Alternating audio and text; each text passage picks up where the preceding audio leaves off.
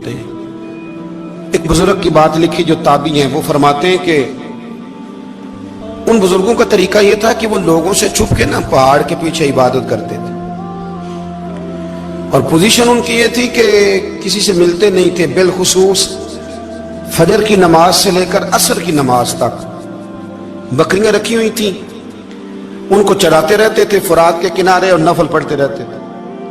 उस वक्त को मिलने भी नहीं आता था। एक शख्स बड़ी दूर से उनकी शोहरत सुन के आया, मैंने तो मिलना है। लोगों ने कहा वो इस वक्त नहीं मिलते, नाराज होते हैं। उसने कहा अल्लाह का बंदा है ना, नाराज हो भी जाएगा तो लंबा नाराज रहेगा नहीं, अल्लाह वाले जल्दी राजी हो जाते। पहुंच गए।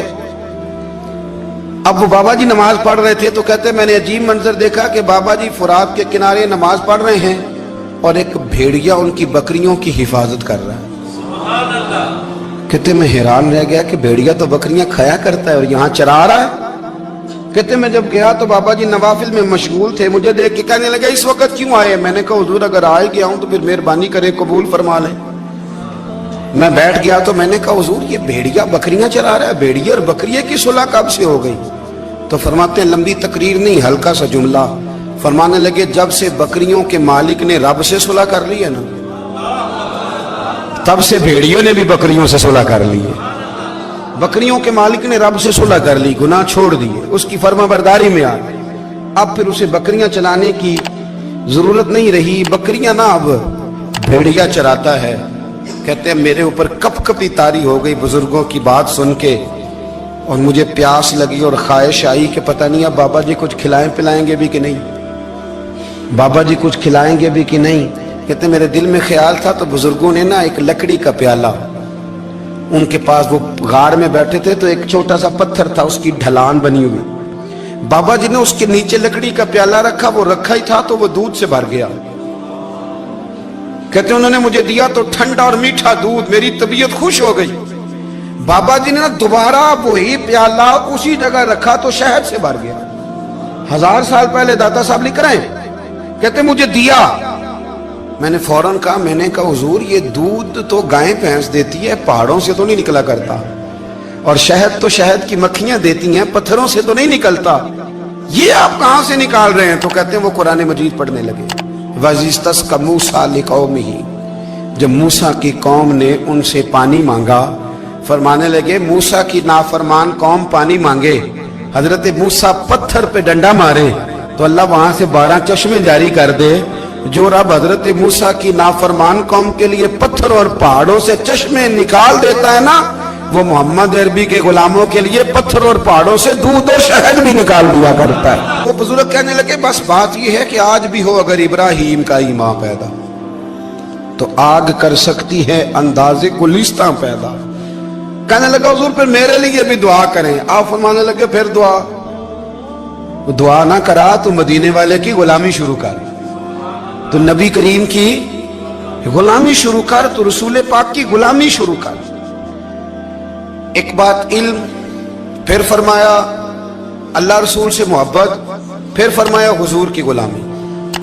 इससे सारे मुकाशिफात खुलेंगे, इससे सारे मुशाहदात खुलेंगे, इसी से करामतें मिलेंगी, इसी से मकबूलियत होगी, इसी से अल्लाह नबी की बारगाह में दर्जा मिलेगा। फिर दाता साहब आगे बढ़ते और दाता साहब फरमाते हैं सूफिया की एक जमात है जो कहती है हमने तो कभी अपनी जुबान पर दुख बयान ही नहीं किए, हर शय अपने रब रसूल के हवाले कर दी, हर शय अल्लाह रसूल के। और दाता साहब कहते हैं कुछ ऐसे भी हैं जो दुआ भी नहीं मांगते, लोगों के लिए मांगते हैं, अपने लिए नहीं मांगते। आप दुआ क्यों नहीं मांगते? तो कहते हैं अल्लाह को तो पता ही है हमें क्या चाहिए, उसे तो पता ही है। एक बुजुर्ग की बात लिखी है दाता साहब ने, मेरी जमात में ना मिजाज है करामतों का, मुझे वो सारी बातें भी आती हैं कि एक बंदा कराची से आया, दाता साहब हाजिरी दी तो उसकी लॉटरी निकल आई, ये भी मुझे आती है, लिखी पढ़ी है मैंने, किताबों में है ये भी। एक बंदा, ये सारी बातें ना आती हैं करामतों में, बड़ी सारी चीजें लोग बयान करते हैं कि मैं वहां आया और मैंने हाजिरी दी तो मौज लग गई, ये सारी बातें आती हैं। हमारे पुराने बुजुर्ग और भी किस्से सुनाया करते थे, सारी हमें चीजों का पता, पर जो उन्वान है ना वो हजरत शेख अबू नूर कहते हैं कि एक बंदा दाता साहब के मजार पे घूम रहा था, दाता 10 रुपए दे, 10 रुपए दे, 10 रुपए दे। तो एक बंदा बड़ी देर से उसे देख रहा था, वो कहने लगा दाता ने तुझे क्या देना है? इधर आ मैं दूँ। उसने 10 दिए, बंदा बड़ा हसीन था, हंस पड़ा, कहने लगा दाता तेरे भी सदके जाऊं। दिन आने लगा तो मुनकर से ही दिलवा दिए, जो नहीं मानता उसी से दिलवा दिए। वो बड़ा परेशान हुआ, मैं और चक्कर में था, इसने मेरे ऊपर ही जड़ दी है बात। कहने लगा दाता तेरे सदके जाऊं। तो ये सारी बातें किताबों में मौजूद हैं, लोगों ने अपने अपने मुशाहिदात जो जिसके साथ पेश आया उसने बयान किए हैं। बहुत सारी बातें काबिले बयान हैं, पर जो उन्वान है मैं उस पर रहना चाहता हूँ। दाता साहब रहमतुल्लाह अलैह फरमाते हैं, हमारी तालीमात हैं कि अपने दुख दर्द दुनियादारों से बयान नहीं करने, सवाल का दरवाजा लोगों के सामने खोलना। अल्लाह वालों से कहेंगे कभी कहना होगा तो, दुनियादारों से कहना। कहते हैं शेख अहमद नाम के बुजुर्ग थे, सारी जिंदगी किसी को काम नहीं बताया, सारी जिंदगी बड़ी मुश्किलात आई, पर कभी अपनी जात पर सवाल का दरवाजा नहीं खोला। एक ऐसी मुश्किल आई कि जो हल ही नहीं होती थी। किसी ने उन पर कोई इल्जाम लगा दिया। अबू मुस्लिम नाम का एक बादशाह था, उसकी हुकूमत थी, उसने पकड़ के कैद में डाल दिया। अब कैद में है, जुर्म लग गया है, फर्दे जुर्म आयद हो गई है, जेल में है। लोग कहने लगे हजरत जी अपनी सफाई में कुछ कहें, और मानने लगे सारी जिंदगी बंदों से कुछ नहीं कहा। अल्लाह रसूल को पता है मैं बेगुनाह हूं, मुझे कहने की जरूरत नहीं। दाता गानी बख्श अली हजवेरी ने लिखा है, दाता साहब कहते हैं तू यकीन कामिल तो पैदा कर, तू ईमान तो पुख्ता कर। दाता साहब कहते हैं वो अबू मुस्लिम जो बादशाह था वो नेक आदमी था, उसे रात को ख्वाब में नबी करीम की जियारत नसीब हुई, और हुजूर सैयद आलम सल्लल्लाहु अलैहि वसल्लम फरमाने लगे तूने अल्लाह का एक नेक बंदा जेल में डाल दिया, डर नहीं आता, वो तो बेगुनाह है। बादशाह आधी रात को खुद उठा। दादा साहब फरमाते हैं किसी गार्ड को नहीं भेजा, पुलिस वाले को नहीं भेजा, जेलर से नहीं, खुद गया, जाके जेल का दरवाजा खोला, दरवाजा खोल के उस दरवेश को आजाद किया। कहने लगा बाबा जाओ, मुझे पता चल गया बेगुनाह है। बाबा जी सलाम करके जाने लगे तो बादशाह फिर आगे आया, हाथ बांधे, हाथ चूमे, कहने लगा हुजूर आप बड़े नेक हैं, मेरे लिए कोई हुक्म हो तो बताइएगा, मेरे लायक को खिदमत हो तो बताइएगा। तो शेख अहमद फरमाने लगे तुझे अभी भी समझ नहीं आई, तुझे अभी भी नहीं समझ आई। कहने लगा हुजूर क्या? फरमाने लगे जो तहज्जुद के वक्त तुझे उठा के मुझे रिहा करने भेज सकते हैं वो मेरी कोई जरूरत बाकी रहने देंगे? मुझे कोई जरूरत पड़ेगी किसी और को कहने की? जो तहज्जुद के वक्त तुझे उठा के भेजते हैं कि जा खोल जाके दरवाजा, वो जरूरत रखेंगे मेरी? जरूरत मुझे रहेगी कि मैं तुझे और कोई काम, अभी में तुझे समझ नहीं आई? तो दाता अली अजमेरी रहमतुल्लाह अलैह फरमाते हैं असल में हमारी तबीयत है, हमने बंदों से दिल लगा लिया है। दिल अल्लाह रसूल से लगाओ, किसी बंदे से लगाना तो उससे लगाओ जो अल्लाह वाला हो।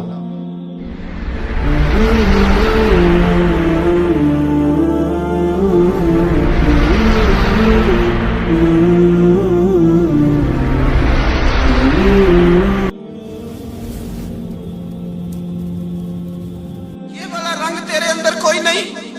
अबू सुफियान आए उन दिनों जिन दिनों हालात बड़े कठिन थे, इख्तलाफ शिद्दत का था। अबू सुफियान आए हुजूर की बारगाह में। आए किस लिए? मक्के में कहत पड़ गया है, बारिश नहीं होती। उधर उस समामा बिन असाल यमामा कबीले के सरबराह कलमा पढ़ के मुसलमान हो गए। सारी गंदम उस कबीले से आती थी। समामा कहने लगा तुम मेरे मुस्तफा को नहीं मानते, कोई गंदम नहीं, भाग जाओ। एक बारिश कोई नहीं, दूसरी गंदम कोई नहीं। अबू सुफियान तड़प के दरे रसूल पे हाजिर हुए। अभी थोड़े दिन गुजरे हैं, ओहद में हुजूर के दांत शहीद किए। अभी थोड़े दिन गुजरे हुजूर को सताया है। अभी थोड़े दिन गुजरे हजरत अमीर हमजा का कलेजा निकाल के चबाया है। अभी थोड़े दिन गुजरे हजरत अनस बिन नजर की गर्दन काटी। अभी थोड़े दिन गुजरे अब्दुल्ला बिन जहाज के टुकड़े किए। अभी थोड़े दिन गुजरे हुजूर को सताया है, तड़पाया है। पर हजरत अली शेर खुदा फरमाते मैं मानने वाला उस रसूल का हूं, इसके दांत शहीद हो गए। ओहद के अंदर सारी दाढ़ी लहू से भर गई। फरमाते मैं रो पड़ा और मैंने कहा महबूबा आप नहीं मुझसे बर्दाश्त होता, दुआ करें अल्लाह इन पे अज़ाब नाज़िल करे। उठाए हाथ, आप दुआ करेंगे तो अल्लाह तबारक व तआला दो पहाड़ियों में पीस डालेगा। हजरत अली कहते हैं मैंने अर्ज की तो हुजूर ने हाथ उठाए और दुआ क्या दी, अल्लाहुम्मा हदी कौमी फइन्नहुम ला यअलमून। ऐ अल्लाह मेरी कौम को हिदायत दे दे, ये जानते नहीं ये क्या कर रहे हैं। अल्लाह इन्हें हिदायत दे। یہ اخلاق حسنہ کا معیار. تھوڑے دن پہلے حضور کے ساتھ یہ رویہ. ابو سفیان اب بے حال ہو گئے, بچے بھوک سے مرنے لگے, جانور پیاس سے مرنے لگے. ابو سفیان چھپتا چھپاتا کہنے لگا چارہ کوئی نہیں, مصطفیٰ کے پاس جانا ہی پڑے گا. ابو سفیان مدینے پہنچ گئے. جب پہنچے نا تو ابو سفیان کی اپنی صاحبزادی حضرت ام حبیبہ ام المومنین تھی, رسول اللہ کی زوجہ تھی. ابو سفیان جب آئے تو حضرت ام حبیبہ کے پاس سیدھے ان کے گھر گئے بیٹی سے ملنے. حضور کا بستر بچھا ہوا تھا. حضرت ام حبیبہ حضور کی زوجہ ام المومنین بستر بچھا ہے. ابو سفیان بیٹھنے لگے, جناب ام حبیبہ کہنے لگی ابا جی ٹھہر جائیں. وہ ٹھہرے تو بستر سمیٹ دیا. کہنے لگے بیٹی شاید تیرے گھر میں کوئی قیمتی بستر نہیں, غربت چھپانے کے لیے بستر سمیٹ رہی ہو. جناب ام حبیبہ کہنے لگی ابا تو مسلمان نہیں نہ ہوا, ابھی تیری سوچ کافروں جیسی ہے. تو یہاں آ کے کھڑا ہونا جہاں میں کھڑی ہوں, پھر تجھے رسول اللہ کی محبت کے رنگ کا پتہ چلے. تو ابھی کھڑا وہاں ہے جہاں تجھے کفر ہی کفر سنائی اور سجائی دیتا ہے.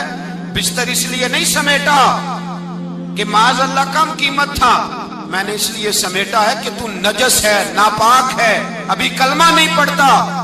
اور یہ اس رسول کا بستر ہے کہ جو بستر میں موجود ہوتے ہیں تو جبریل امین قرآن لے کے تشریف لے آتے ہیں.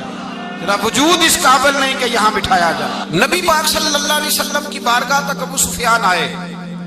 ابو سفیان کہتے ہیں مجھے امید نہیں تھی, ابھی سوچ نہیں نا بدلی تھی. کہتے مجھے امید نہیں تھی, میرا خیال تھا وہ شکوے کریں گے, شکایتیں کریں گے, وہ کہیں گے تم نے بھی تو بڑا کچھ کیا ہے نا. ابو سفیان کہتے ہیں میں قربان جاؤں, میں نے یہ رنگ دیکھا تو مدینے کی فضا ویسے ہی بڑی ٹھنڈی تھی, لیکن مصطفیٰ کریم کے ساتھ جب میں نے بات کی تو میرے وجود پر گریہ طاری ہو گئی, میرے اوپر کیفیت طاری ہو گئی, میں تڑپنے لگا. کہتے ہیں میں نے کہا محبوبہ میں آیا ہوں, آپ کا کلمہ پڑھتے ہی سمامہ نے گندم بند کر دی ہے, بارشیں رک گئی ہیں, مکے کے لوگ بھوک اور پیاس سے مرنے لگے ہیں. محبوبہ بیٹیاں روتی ہیں, یا رسول اللہ مائیں ان کی چھاتیوں میں دودھ خشک ہو گیا ہے, بچے بلکتے ہیں. ابو سفیان کہتے ہیں میں دشمن تھا, سارے مکے کے لوگ دشمنی کرتے تھے, لیکن جب میں نے یہ لفظ کہے نا اچانک میری نظر اٹھی تو مصطفیٰ کریم کی تو آنکھیں آنسو برسا رہی. کہتے میری بات بھی مکمل نہ ہوئی, حضور نے پہلے رکا منگوایا, سمامہ کے نام فرمایا پہلے تو انہیں غلہ اپنی مرضی سے دیتا تھا, اب تیرے نبی کا حکم ہے کہ پہلے سے بڑھ کر تو انہیں غلہ دینا ہے. اور پھر میرے مصطفیٰ نے ہاتھ اٹھائے. او بھائی مشکل ہوتا ہے, مشکل ہوتا ہے, سگے بھائی کے لیے لوگ دعا نہیں کرتے, کہتے میرا شریکہ ہے. ساس بہو کے لیے بہو ساس کے لیے دعا نہیں مانگتی, کہتے اختلاف ہے, لوگ لوگوں کی زندگی نہیں مانگتے, بیماری میں شفا نہیں مانگتے. ابو سفیان کہتے ہیں آمنہ کے لال تیرے قربان جاؤں. حضور نے ہاتھ اٹھائے اور کہا اے اللہ مکے کی سنگلاخ پہاڑیوں پہ بارش برسا, اے اللہ کھیتیاں ہری کر دے, اے اللہ ماؤں کی چھاتیوں میں دودھ بھر دے, اللہ عورتوں کو تازگی دے دے, بچوں کو رانائی دے دے, پھلوں پھولوں کو تازگی دے دے. ابو سفیان کہتے پہلے حضور رو رہے تھے, اور جب نبی پاک کی دعا دیکھی تو میں نے رونا شروع کر دیا, میں نے رونا شروع کر دیا. کہتے واپس آیا تو وہ احساس کہ یار یہ میں کس شخص سے مل کے آیا ہوں, یہ کس قسم کے آدمی سے مل کے آیا ہوں, یہ کیسا رنگ ہے, یہ کس قسم کا انداز ہے کہ جس کو میں پتھر مارتا رہا وہ میرے لیے دعائیں لے کے بیٹھا ہوا ہے, جس کو ساری زندگی ستایا ہے وہ میرے بچے کے لیے روتا ہے, میری بیٹی کے لیے اس کی آنکھ میں آنسو ہیں, وہ ہمارے لیے تڑپ رہے ہیں. میرے بھائیوں ابو سفیان کہتے ہیں پھر دوسرا جلوہ میں نے تب دیکھا جب حضور مکے آئے, اور میں تو آخر تک لڑنے آیا تھا نا, حدیبیہ تک. کہتے ہیں جب رسول پاک مکے آئے اور حضور نے اعلان معافی کیا تو بنتا تو یہ تھا کہ مجھے سزا ملتی, لیکن میرے مصطفیٰ کریم نے فرمایا جو ابو سفیان کے گھر میں چلا جائے گا میں اسے معاف کر دوں گا. کہتے ہیں میں نے کہا یہ میرے لیے کس قسم کی سزا تجویز کی ہے کہ میں عمر بھر دشمنی کرتا رہا اور یہاں رنگ عجیب ہے. حضور نے میرے لیے ہی اعزاز لکھ دیا, فرمایا جو ابو سفیان کی حویلی میں داخل ہو گیا میں نے معاف کیا.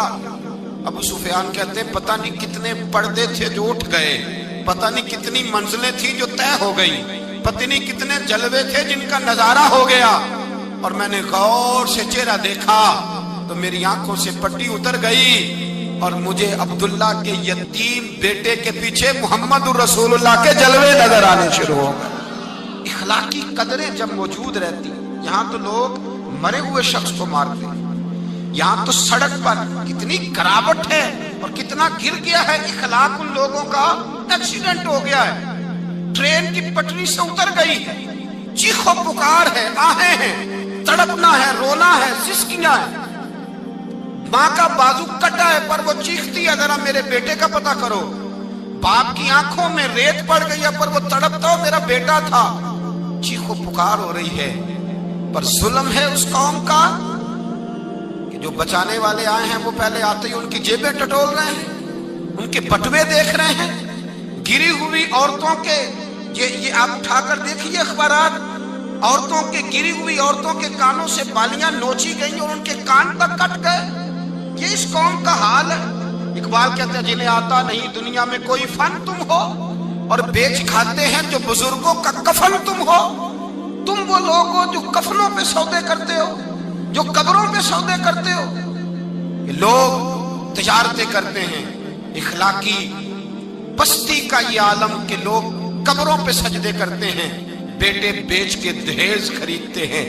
غریب کی بیٹی روز تڑپتی ہے، روتی ہے، روز سسکیاں لیتی ہے کہ کہاں سے وہ دروازہ کھلے گا جب میں بھی جب سہاگن ہوں گی، جب میرا باپ بھی عزت کے ساتھ مجھے رخصت کرے گا۔ اور غریب آدمی بیٹی کی شادی کے بعد اتنا دکھی رہتا ہے، وہ بھی کم ہی لوگ جانتے ہیں، وہ بھی وہی لوگ جانتے ہیں جو اس منظر سے گزرتے ہیں۔ ہمارا اخلاقی معاملہ اس قدر زیادہ تباہی کا شکار ہے۔ میرے مصطفیٰ کریم سید عالم نور مجسم صلی اللہ علیہ وسلم جذبات کا خیال رکھتے، احساسات کا خیال رکھتے، تصورات کا۔ او بھائی، اس سے بڑا اخلاق کا مظاہرہ کہاں سے لینے جاؤ گے؟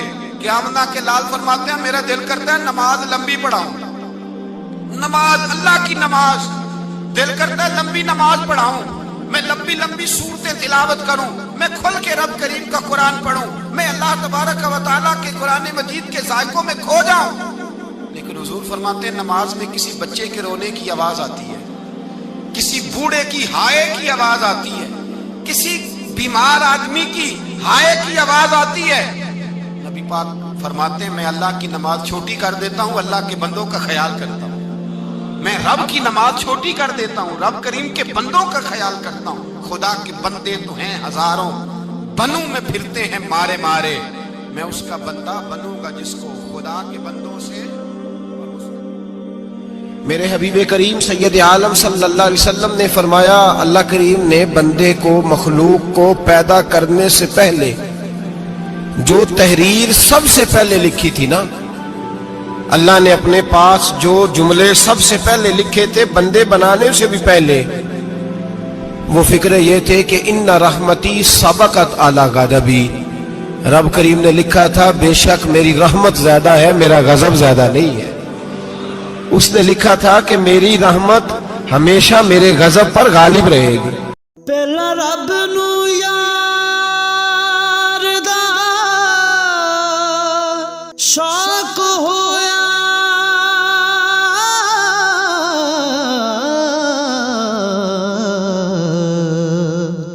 نبی پاک دا کرن جمال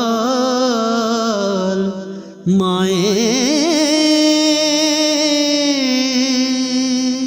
آیا وہی لے کے ہویا ترت حاضر،